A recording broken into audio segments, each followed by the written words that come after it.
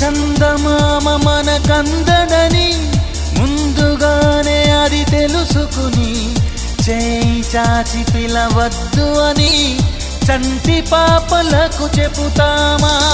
లేనిపోని కలలెందుకని మేలుకుంటే అవి రావు అని జన్మలోని నిదరోకు అని కంటి పాపలకు చెబుతామా?